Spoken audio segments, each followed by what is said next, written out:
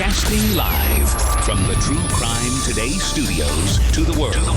This is Murder in the Morning with Tony Bruschi and Stacey Cole. From the Hit Killers Podcast, Murder in the Morning. Well, the attorneys for Bryan Kohberger, they are not letting up on this let's move the trial thing. And I don't know, I really can't blame them. They're doing their job. As much as I think it would make sense to be able to do this in the same community that was affected by this horrible tragedy, sometimes you just can't, and you don't want to have any reason to go back for a retrial or a mistrial or whatever. But avoid those options to present themselves at the end of the day. The new legal battle as his defense team seeks to move the trial out of Latah County. Kohberger, of course, arrested 6 weeks after the murders of Ethan Chapin, Madison Mogen, Xana Kernodle, and Kaylee Goncalves. It's set to go to trial in June of 2025. Hey, we're less than a year away now. The countdown's on. Wow. However, his defense team argues that a fair trial is impossible in Latah County due to the extensive pretrial publicity and potential juror bias. In the recent filing, Kohberger's defense team warned of the potential for violence if the alleged killer is acquitted. The defense conducted a phone survey of hundreds of potential jurors in Latah County asking about their knowledge of the case and their reactions to a possible acquittal. Their responses, the defense argues, reveals a significant bias against Kohberger. The defense is filing, highlighting in their filing, and they're highlighting several alarming responses from Latah County residents when asked what they thought might happen if Kohberger was found not guilty. They'd burn the courthouse down. Outrage would be a mild description, one potential juror reportedly said. Well, okay then. Holy cow. Wow. Another predicted there would probably find him and kill him. Additional comments included fears of riots and so-called good old boy justice being met out by vigilantes. Riots. Parents would take care of him, another resident responded.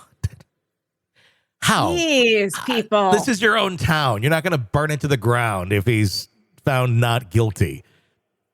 Now, I would think if he's not guilty, he's going to need to get the fuck out of there pretty quick. Because, I don't think it's a town he could settle back into and go, I'm going to teach here.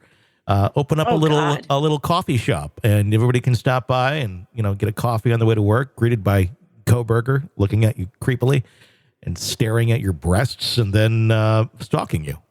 Hope you enjoy that coffee. No, I can't imagine that would work out very well for Bryan Kohberger, quite honestly. The responses contrast sharply from those from Ada County, where the defense suggests the trial would be moved. When asked the same question, potential jurors in Ada County offered much more subdued predictions. They would go on with life as always, one said, with another remarked, I think they would take it well. A third simply stated, I don't know if there would be super strong feelings. The defense argues that these starkly different responses highlight the need to move the trial to ensure an impartial jury. They also point to the recent cases of Chad Daybell and Lori Vallow Daybell, who were tried for their roles in a series of high-profile deaths. The trials were moved from Fremont County to Ada County due to concerns over pretrial publicity. The defense contends that the same rationale applies to Kohberger's case, given the extensive media coverage and the strong emotion surrounding the murders of the 4 students. Prosecutors, however, are resisting the request to move the trial. They argue that the murders were so high profile, the media coverage so pervasive and wide-ranging, that relocating the trial would not likely yield jurors who are unfamiliar with the case. According to the prosecution, finding a truly impartial jury would be challenging, regardless of the trial's location, given the national attention to the case and what it has received thus far. The defense filing also underscores concerns about the potential for a biased jury pool in Latah County. During its survey, Latah County residents acknowledged their own bias. The filing states, referencing the heated responses gathered from local residents. In contrast, Ada County is presented as a more neutral venue, where potential jurors seem less predisposed to expect violence or extrajudicial actions if Kohberger is acquitted. The motion to move the trial will be argued at a hearing on the 29th, so later this week, as the legal teams prepare for the next step. The community is going to be watching very closely. We'll see what happens with that. I don't think they're going to burn the courthouse down. I think your only real true risk, honestly, if you were to be found not guilty, would be his safety getting out of there. Have you ever taken a survey of this nature? And let me ask you this. If you did, would you answer so candidly, like I'd burn the place down? I mean, Yeah, just seems I would probably sensationalist. I would probably say crazy shit. Would you? Completely, just to fuck with them. Oh, God. See, I wonder if that's what's going on here. Yeah, there's probably somebody reading this going, or listening, going, oh my God, I said that just to fuck with them. That they're going to burn the court. Like, it's not, I mean, I get what the defense is doing. They're trying to basically, it's the last ditch effort. Let's scare everyone that if he is found not guilty here, the place is going to burn to the ground. I mean, it's almost like, it's like how Donald Trump speaks of the world, where if he's not elected, it's like everything's going to burn to the ground and we're all going to die. You'll be eating your pets. And it's like, it's not going to be that bad. I'm sorry. It's just, no. So it's sensationalist. It's a scare tactic. We'll see if it works.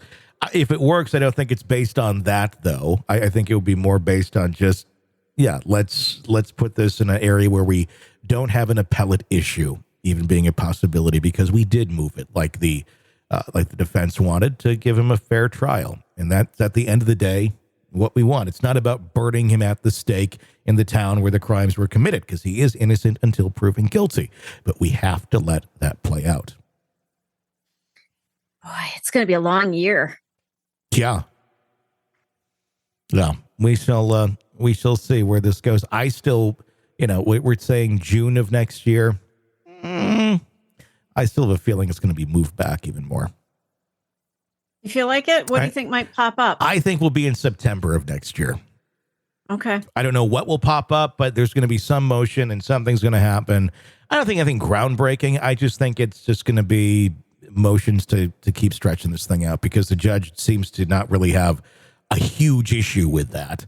I mean, at some point he's going to put his foot down, but I think they'll probably get another couple months out of it. Just my guess. Don't know what, don't know why, but I just feel like something's going to happen at some point. Well, it feels like it's been going on forever already. It has. It's we're going on 2 years right now since the murders took place. 2 years and like a month or so, roughly, right around there. So hard to believe. It's a long time. It is. All right, true crime addicts, let's cut the crap. You're knee-deep in the gory details of your favorite podcast when suddenly a commercial hits like a bad meal. Seriously? You deserve better. Upgrade to True Crime Today Premium Plus on Apple Podcasts, where you can binge without those annoying ads. Plus, get extended interviews that go deeper into the darkness and early access to episodes so you can be the first to know. It's like trading up from fast food to fine dining, but with more blood. So, go ahead. Search for True Crime Today Premium Plus on Apple Podcasts. Subscribe and feast on the good stuff.